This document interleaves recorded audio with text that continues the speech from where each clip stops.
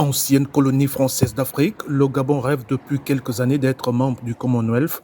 Son projet suscite des réactions croisées sur le campus universitaire de Libreville, d'autant plus que ce petit pays d'Afrique centrale, 2 millions d'habitants, n'a aucun lien historique avec l'Empire britannique. J'aimerais bien voir le Gabon se mouvoir dans des politiques africaines et dans une diplomatie forte mais africaine et non une diplomatie occidentale, parce que les Occidentaux ne viennent pas chez nous pour nous observer, voir nos beaux yeux. Non, ils viennent tirer profit. Nous n'avons que des matières premières. Reste qu'il s'agit d'une adhésion visiblement symbolique, mais à la portée éminemment politique.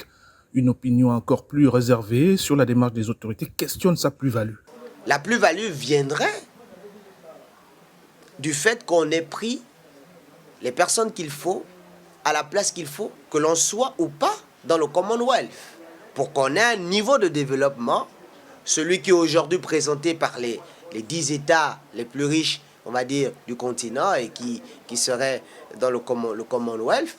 Et si le Commonwealth ne permet pas de nouer des accords commerciaux, il sera sans doute intéressant de voir comment va évoluer le Gabon après son entrée dans l'organisation.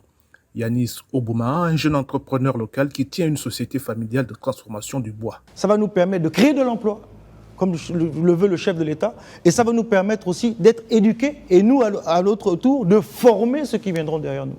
Donc c'est toute une chaîne au niveau de l'économie qui fera un boom dans les prochaines années. Je vous dis, l'adhésion au Commonwealth est une bonne idée. Le Commonwealth, c'est un marché de plus de 2 milliards de consommateurs. Malgré l'absence de facilités douanières, la langue anglaise permettra aux opérateurs économiques de toucher d'autres marchés.